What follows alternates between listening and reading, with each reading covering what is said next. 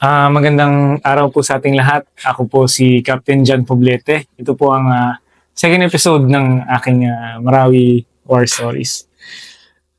At nung time po na ito, na ano naman po ako, na punta naman po ako sa control ng 10th Infantry Steady On Battalion. Ang hawak ko po nito ay truck na armored vehicle kasi nung time po na to, na stage ng giyera sa Marawi, hindi na po magsisilbi yung mga wheeled or yung vehicles natin na may gulong.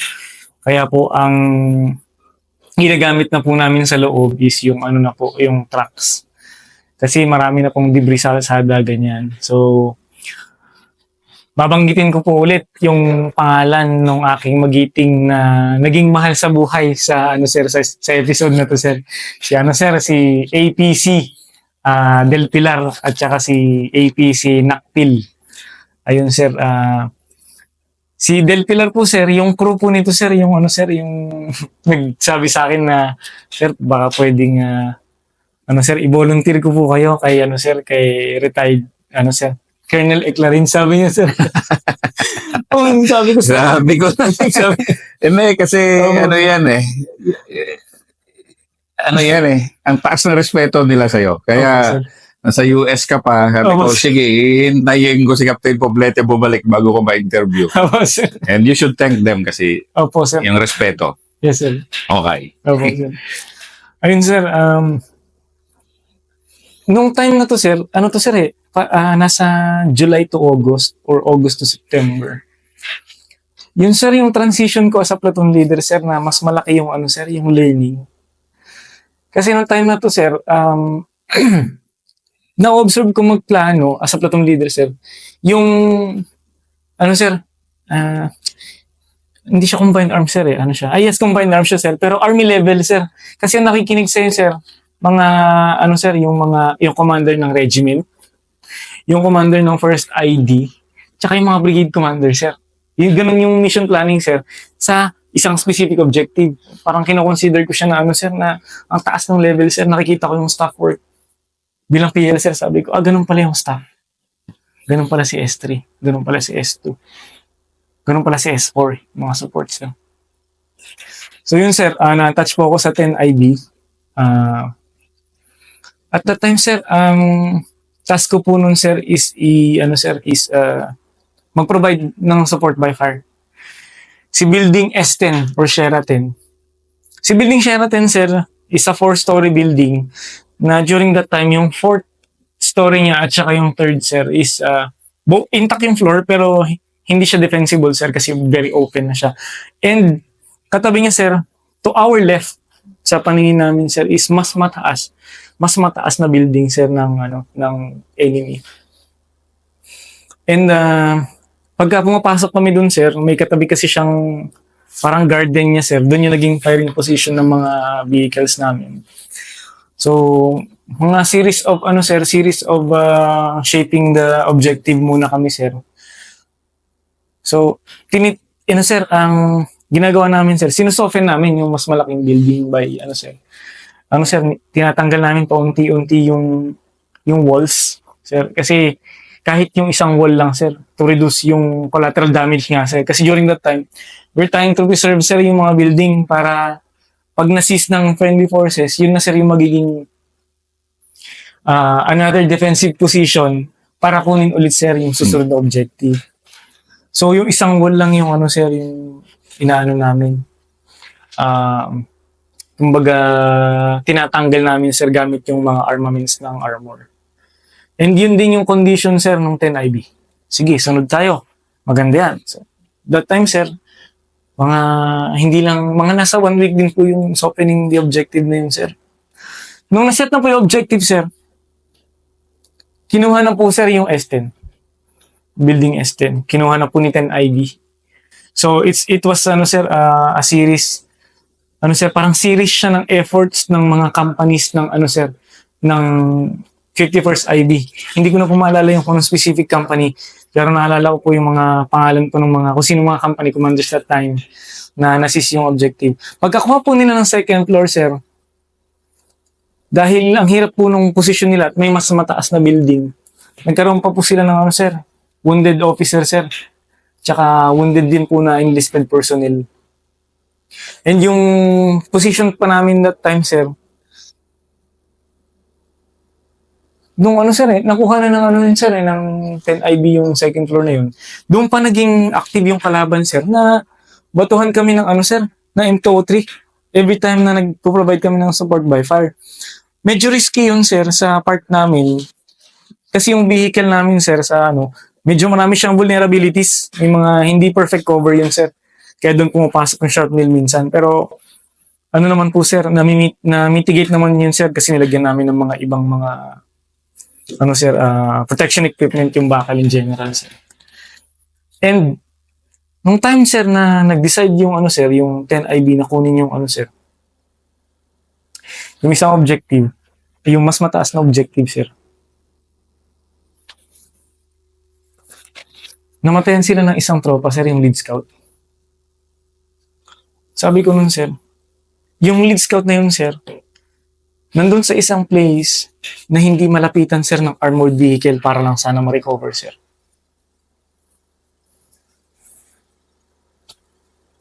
Tapos, sir, nung gusto ng, ano, sir, ng company commander nila, sir, na i-recover yung lead scout nila, sir.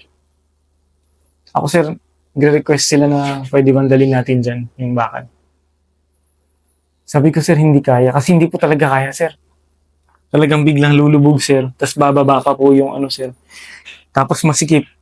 Hindi kasya yung armored vehicle. Hindi namin alam, sir, kung ano yung composition ng baka putik, sir. Hindi makalabas yung tanke. Mas mahirapan po yun on the part of namin at saka part ng ano, sir, infantry troopers.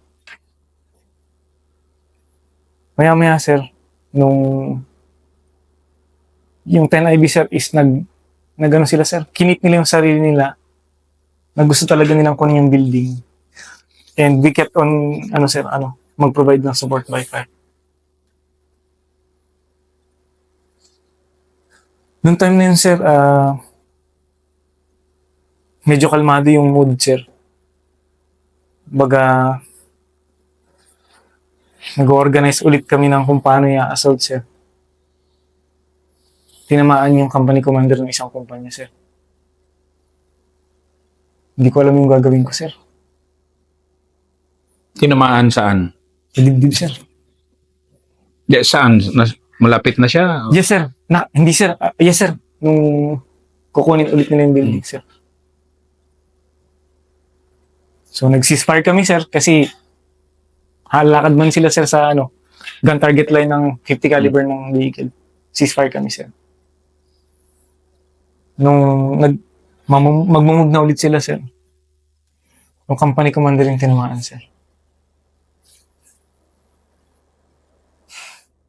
Na ano siya, sir, na unti-unti na siyang doon, sir, na sinubukan kong sir,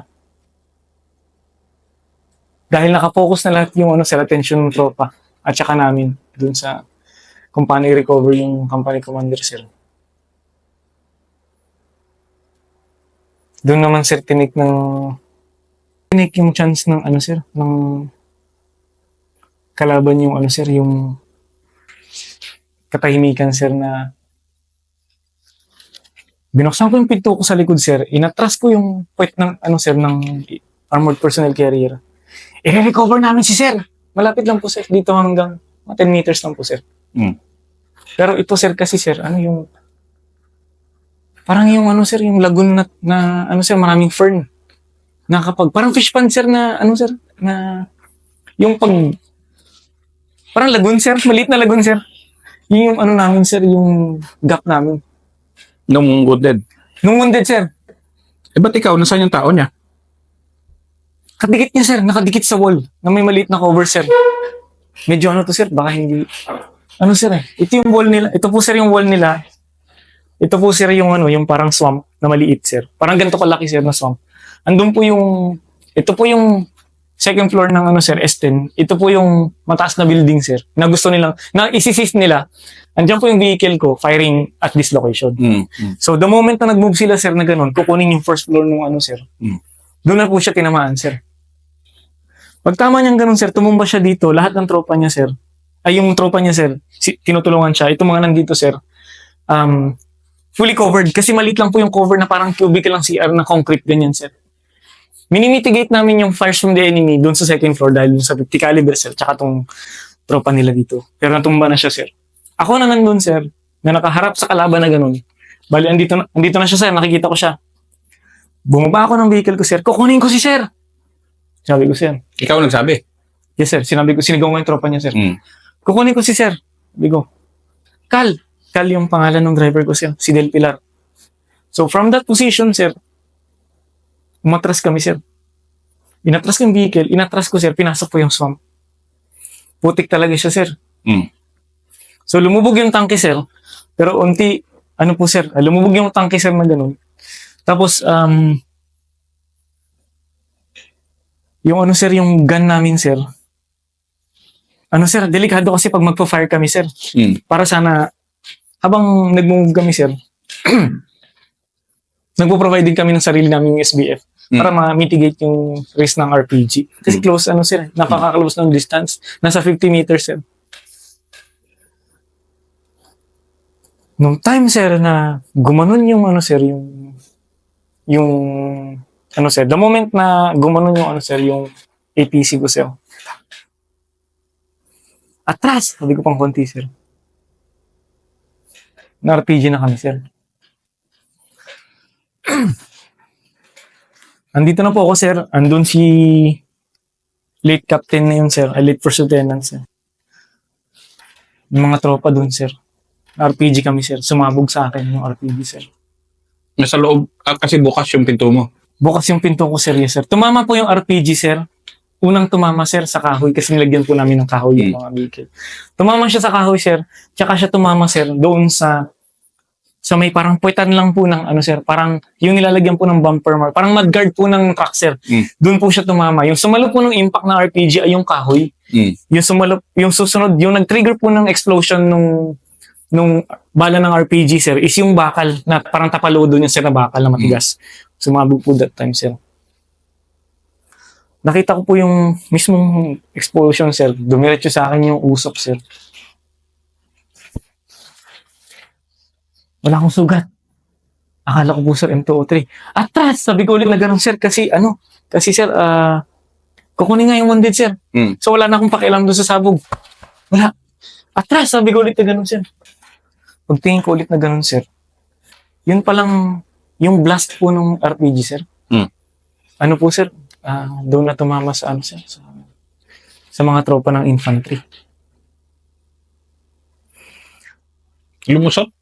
Hindi po, sir, doon sa akin sumabog, sir. Kasi yung later ko na lang po nalaman, sir, na ang mga bala pala, sir, is pag yung mga ganong klaseng bala, sir, meron lang po silang direction of blast po, sir.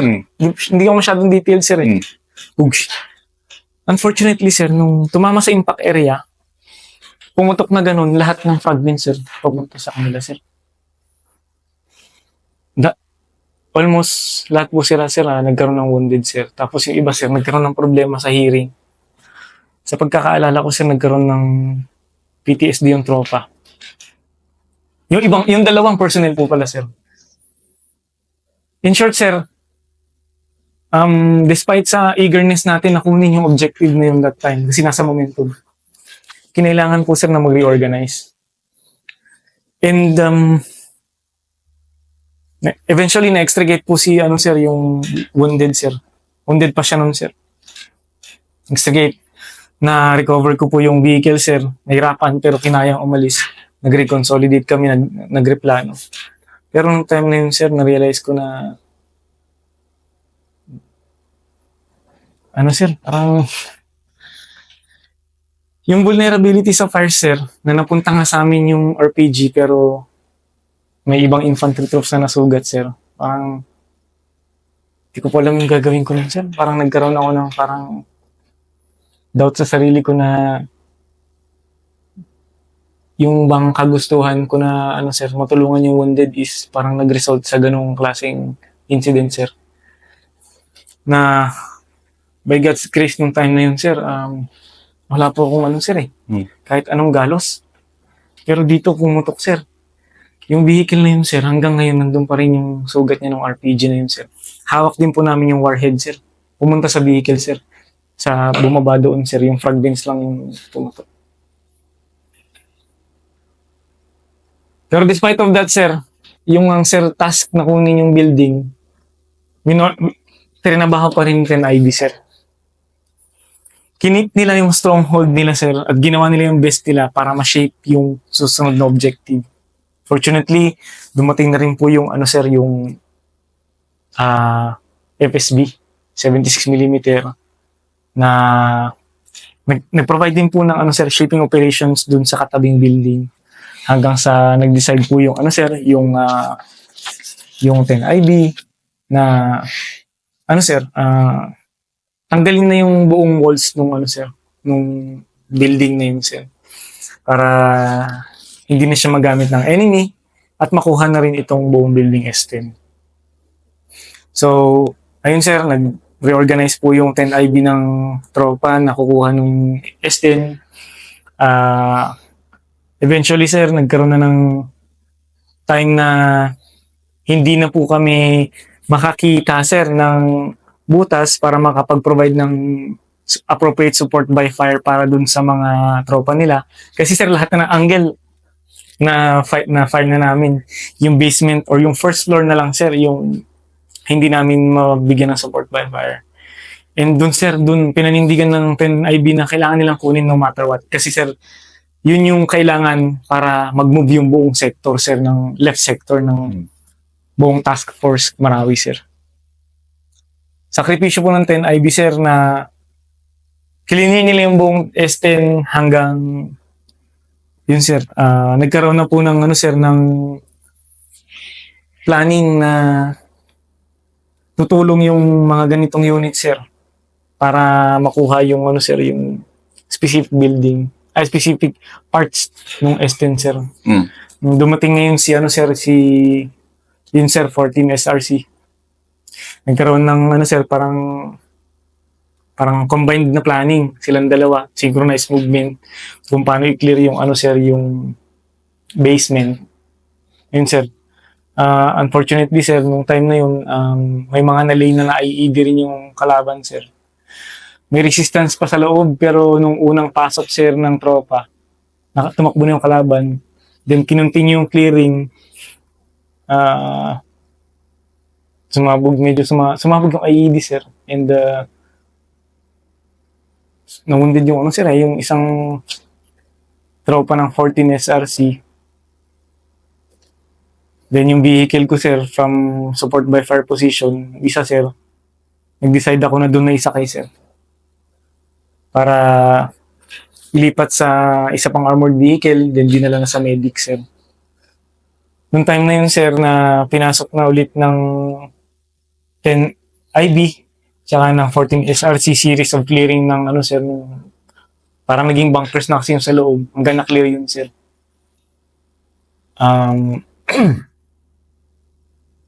Yun, sir, medyo naging ano siya sa akin, sir, naging significant kasi ano, sir, parang ba't kailangan umabot sa point na parang na-question ko yung sarili ko, sir. Bakit? Kasi, sir, sa isang building, ba't kailangan umabot sa point ang daming ma-wounded?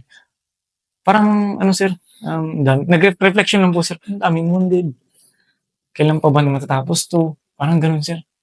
Kalagitnaan na yun nung ano, sir, nung Marawi siege, sir. Pero yun, sir, ano, sir, pagbalik ko ng TCP nung finally cleared na yung objective, pagbalik ko ng TCP ng 10 IB, sir, ano, sir, yung maririnig mo, sir, yung pasasalamat ng ano, sir, ng commander ng 10 IB. Tapos nung makausap ko na ulit yung mga tropa, sir, yung pasasalamat nila, sir, nandyan kayo bilang armor, sir, yung nagpo-provide ng pag narinig nila yung tunog ng 50 caliber, sir, nahimoral sila. Kahit walang tinatamaan, sabi nga ganun, sir. Ayun, sir, kaya medyo, yun, sir, medyo nag-uplift yung spirit ko nun, sir. Kasi aside sa ano, sir, medyo matagal kasi siya nakuha, sir. Umabot ng 3 to 4 weeks na effort, sir, ng 10 IB. Tapos with the aid na rin ng ibang, ng 14 SRC, sir. Ano, sir, parang Yun, sir, hanggang nung nagpapasalamat, sir, na-uplift ulit yung spirit ko na tuloy lang. Hanggang, sir, hindi pa tayo tapos. Nung time na yun, sir. So, makita mo rin yung tropa mo, sir, na yung moral, sir, na tapos na. Kasi pero nung span of time na yun din pala, sir, paggabi, kasi umaga, sir, nandun kami sa kanila. Gabi, sir, defensive sila. Ang task ko po sa 10IB, dinikit na rin po sa akin nila, sir, yung sniper vehicle, sniper tank, sir. May capability na parang kumbaga snipe, sir. Kahit gabi. Doon po, sir, na-witness ko yung capability na ang 50 caliber, sir, na ganito, sir. Ano, sir, pag tinamaan yung enemy, sir, na may hit signature, talagang medyo inhumane yung result, sir. Talagang, ano, sir, medyo ganun makikita mo yung, ano, sir, yung kalaban na yung mga, ano, sir, tutumba, sir. Medyo muwasak talaga, sir. Hindi, well, realities of war, minsan nga, I mean, if we have to understand war, dapat nagkakwento natin yun. Medyo hindi ganun ka-graphic na terms, pero more or less, ito yung nakikita sa war. Ikaw nung batang-bata ka naman nun na nakikita mo yung ganun, di ba, na Yes, sir. lalo na ngayon, yung sniper tank, Yes, sir. kitang-kita mo sa video yung tumitilapon na Opo, sir. body parts. Fireworks. Parang fireworks. Ayun, ganun ba na? Yes, sir. So, in the middle of that, sir, na una ko nabanggit pala, sir, nakalimutan ko, sir. In the middle of that 4 weeks, nagkakaroon kami ng significant accomplishment, sir, gamit yung sniper tank.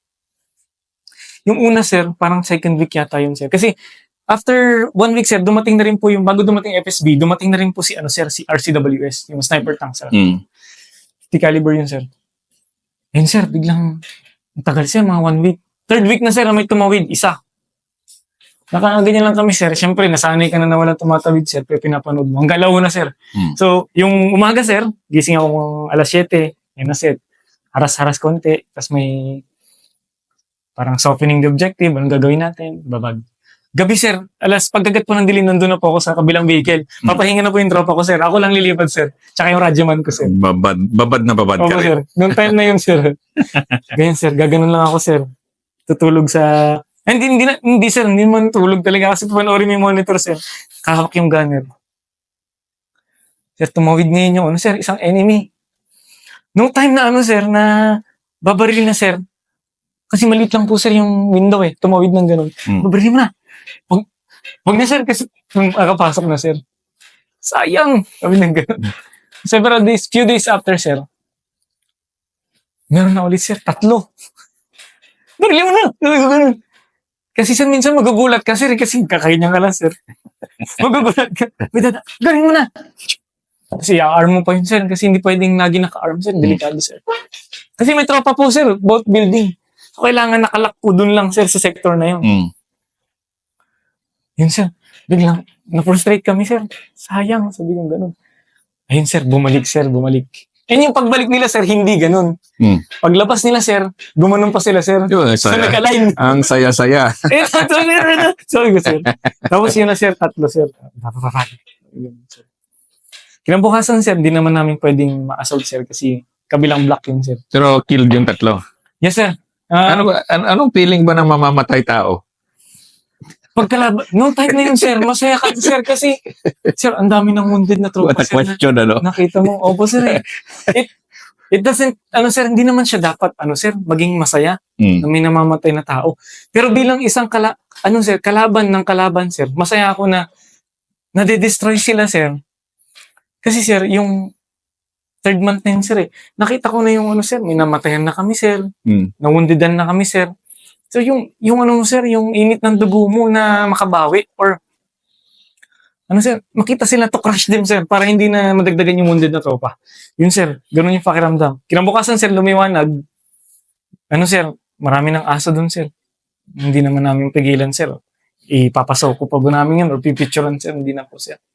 May video naman din po kami, sir, na ganun. So, parang, dinocument namin, sir, na ganito yung, i-lace nyo muna. Parang, lesson learned ng tangkay na ganito dapat yung gawin para tumama ng maayos kahit malapit yung target.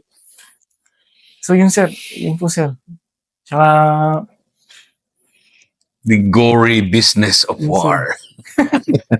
sorry. Hindi, I mean, hindi, sige. Kasi, ano yan eh. I mean, you responded to the times, di ba? Na, Yes, sir. doon ka eh. Opo, sir. As much as yung panahon namin, ganun din kami. And as much kung sino man, bata ka pa, lalaban ka pa dito sa mga dayuhan na yumayabang sa atin. Pero nadaanan natin yung ganun na paninerbisyo na totoo ba na malalim-lalim na away, di ba? Opo, sir. Na ikaw nun, pangatlong buwan na. So, ano na nun? Opo, sir. Ano ka na nun? Parang Ano na, sir? Normal na lahat na. been there than that, gano'n na? Hindi pa naman, sir. Ano, sir? Nandun ako sa point na, ano, sir, na kapag ka may pinutukan ka, sir, instead na magtago ka, sir, nakita ko po to sa isang senior na first lieutenant po, sir. Pag nag-fire sa'yo at hindi tumama sa'yo, sir, huwag ka magtago. Tumama na nga, sir, eh. Pum! Hindi ganun pala dapat. Dapat pala, sir, pum! Sabi nga, tik! Hindi matumama sa'yo, sir. Tignan mo yung tinamaan, sir. Saan galing? Pumunta mo, sir. Hanapin, sir. Hanapin kung saan ang galing, sir. Nakita ko yun sa isang tiniente, sir. Kasi, sir, noong unang experience ko, sir, wala pa si Destroyer building, sir. Ay, tapos na si Destroyer nun, sir, eh. Nung sumasama na po ako sa infantry. Kasi lesson learned ko rin yun, sir, na mas maganda pala pag wala ka sa vehicle. Doon ka sa pinaka-advanced na infantry na nag-assault, sumama ka para nakikita mo yung ano, sir, iko-command mo yung vehicles mo from the outside. Mas maganda pala yun, sir. Para nilalaro mo sila. Kaya yata nag-ranger eh. Ayun po, sir. Shortly, sir. Sige nga, kwento mo yan. Ngayon, sir, tumama, sir. Gumanyan, sir. Sabi nung isang first lieutenant, sir. Kami lahat, sir, nagtago. Tago kami, sir, tago. Siya, sir, sabi niya, kinuha niya yung bino, sir. Saan yun? Hindi niya, sir. Pumunta siya sa bintana, sir. Kung saan tumama. Tinignan niya, sir. Ganun pala yun. Yun, sir, nung time na yun, sir, nung third month, ganun na rin ako, sir. Pag tumama sa tangke ko, sir, or kung nasa building man ako may pumitik, sir, hanapin niyo nga yun. Tapos siya namin i-report, sir, sa mga infantry troops. Dito galing. Putokan namin isa, ha? Ganyan, sir. Maya-maya may magre-respond ulit, sir. Tama. Kasi hindi naman namin makita, sir. Ano lang, 50 caliber estimate. Mamaya, sir, gagano naman. Oh, yun. Suppressive fire ng infantry, sir. I-report mo sa headquarters na itong building na to, may kalaban. Naging ano na siya, sir. Kumbaga way of life. Parang ang saya-saya na. Ako, sir, masaya na siya, sir. Kasi, ito na yun, eh. Sabi ko, wala naman labasan to, eh. I-maximize mo na bilang isang PL, sir, ganun. Na despite sa mga wounded na tropa or nawawalang tropa na you have to stand up. Na, kasi, sir, doon ko rin na-realize nung time na yun, sir, namatay yung mga kalaban through that sniper tank. Sabi, sir, peace is not the only option. Kaya you will have to kill. Kasi kung hindi, ikaw yung mamamatay, sir. Second episode ends with that quote.